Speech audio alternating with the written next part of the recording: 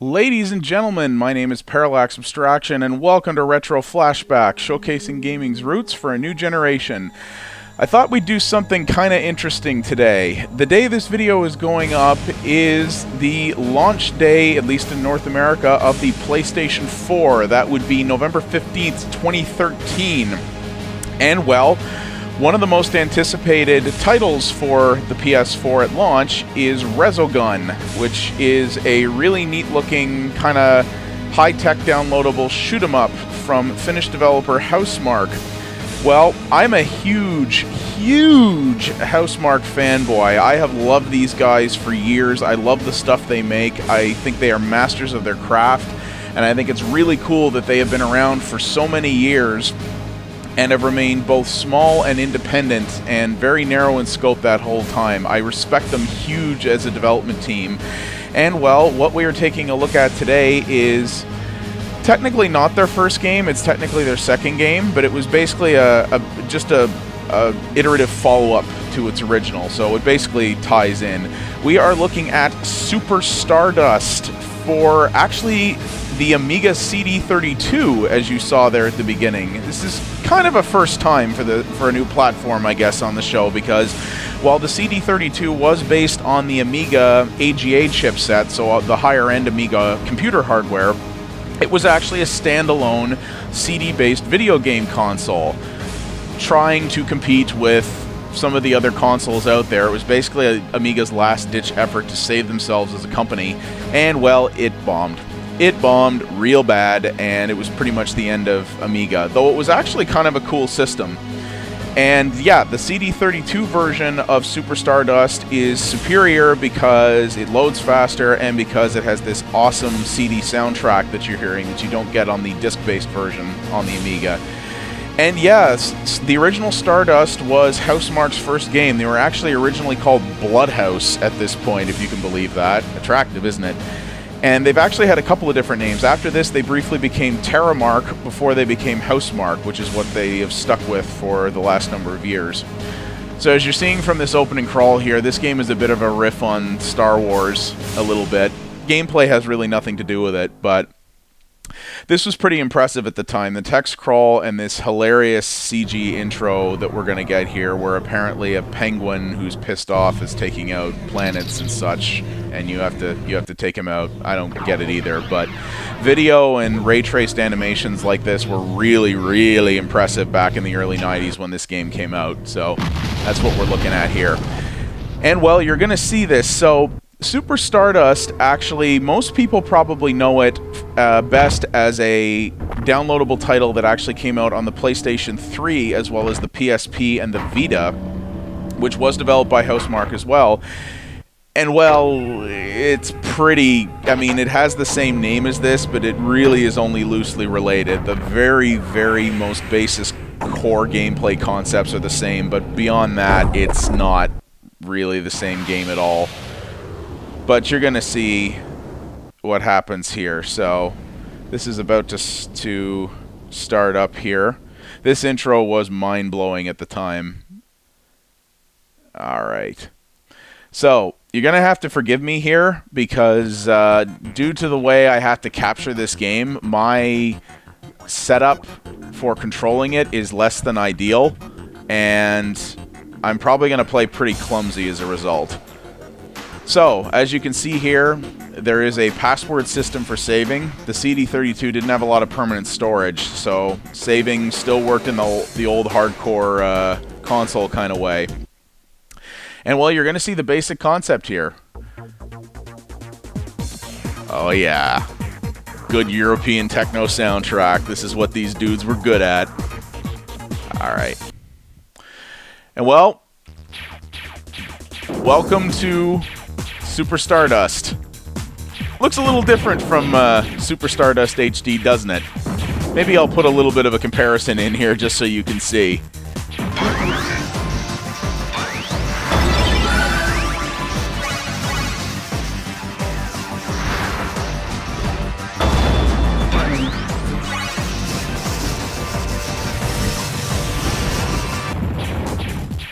Yeah.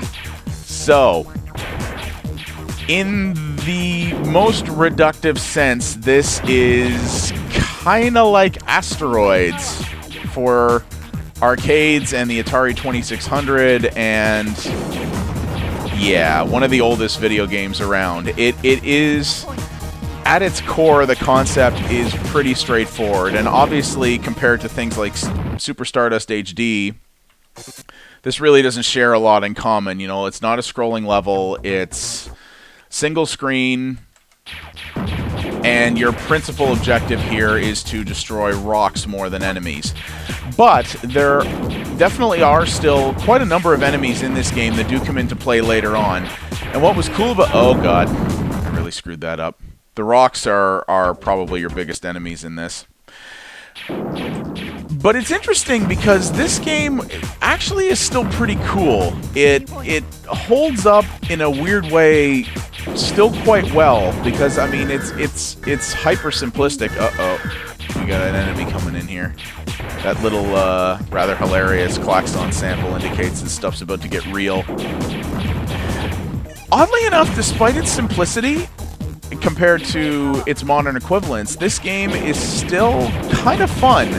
It's more fun when you're playing it with a controller setup that isn't terrible like I'm stuck with right now, but it's still got that core addictive gameplay loop that's really, really good. You're shooting rocks, you're getting power-ups, the difficulty curve ramps up pretty fast, but you have a lot of other enemies that will come into play fairly quickly. There are a lot of levels, a lot of different things to experience, and yeah, there's a lot of weapons, there's a lot of power-ups. Oh, grabbed it just in time. And, I mean, your main goal in this is eventually to get through all the levels and take out the big bad guy who's ravaging the universe in the rather hilarious attempt at a story they've given this game. But it's really, really challenging, and it is a fantastic score attack arcade game. Compared to Asteroids, there's a lot more depth here, and a lot more flexibility and interesting mechanics, and most certainly interesting enemies. Don't get me wrong, I respect the living hell out of Asteroids for what it does. I think it's a great game. I still really enjoy playing it. So there's our first example of a tougher enemy. And I still really, really like Asteroids, but this really evolves on that quite a bit. The graphic style in this it's simplistic, but was considered fairly technologically impressive at the time, and this CD soundtrack was unmatched. I mean, compared to most of the other consoles from Sega and Nintendo that were on the market at the time, nobody had Red Book CD audio like this. I mean, it was unprecedented. And the cool thing about games like this, and this is one thing I really do miss about the CD-ROM days, both in consoles and on PC, is games like this actually had... It was actually called Red Book Audio, and what Red Book Audio means is that you could actually take this CD and put it into a CD player. Yeah, kids, physical media, look it up. Damn whippersnappers. You could take this game and put it into an actual CD player, and the first track of the CD would be the data that the console read, so that would just come out as weird sound on your stereo. But the remaining tracks on the CD were the actual music from the game in all its full bitrate encoded glory.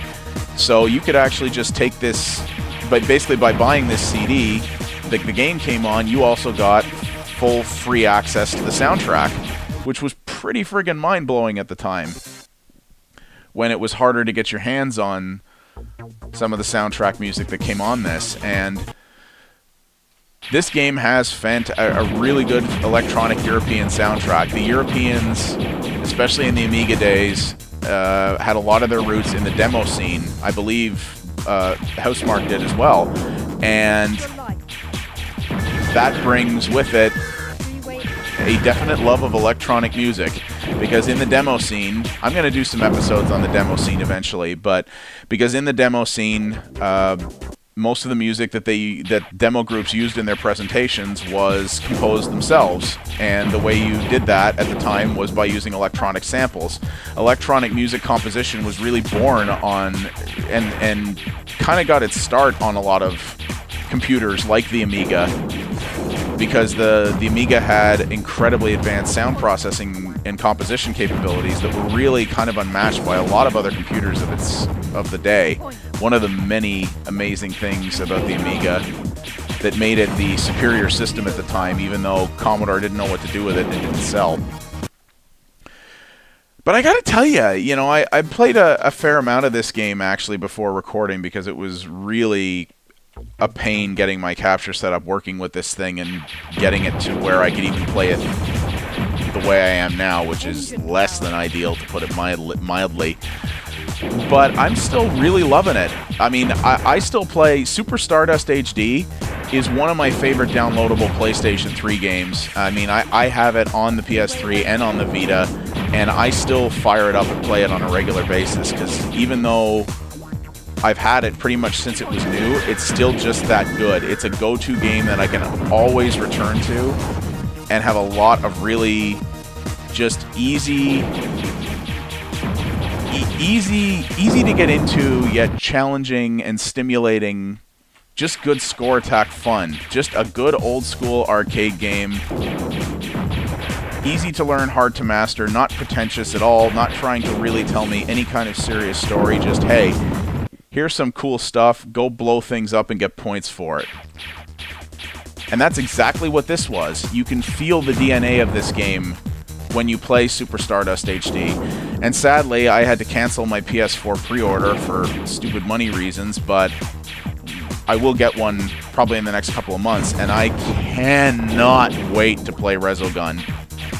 And I thought it was kind of a little bit of a fitting tribute to Housemarque and the incredible talent of this team to showcase sort of where they came from. And what I think is one of the things that really makes me a huge admirer of that team is the fact that this is still the kind of stuff they do to this day. There are still developers around who started up back in this era and even earlier who really are, oh geez, so as you can see there, I ran out of time. And by doing that, you all of a sudden turn all your asteroids into little enemies that kind of wreck your day. And there we go. And this is what I think is really, really impressive about this, is the fact that Housemarque still, I mean, a lot of companies from this era are still around, but you could certainly say are shadows, either shadows of their former selves or certainly nothing like they started out with, you know, EA, Activision, etc. But the thing that I have always found so fascinating and really admirable about Housemarque is that they have continued to just sit in their tiny little niche. They know what they're good at. They continue to do what they're good at. They clearly don't seem to have ambitions of becoming the next big 5,000-person AAA development house. They want to stay small, enjoying what they do, making small stuff for powerful platforms, and really being technical showcases and showcases of fantastic arcade gameplay that's rooted around just a couple of simple ideas and mechanics. That's what they started out as, that's what they still are, and they are, I dare say, grandmasters of their craft. And I really, really admire them for that. So many studios start up wanting to... They start out with humble beginnings and simple beginnings and try to grow too fast and go beyond their scope and turn into something that's really not recognizable and not necessarily as respectable or enjoyable. But this is why I love Housemarque and why I think a lot of people should. They are super, super talented, and few can do this type of game as well as they can. Lots of people can do it. Few can do it with this level of skill, polish, and proficiency.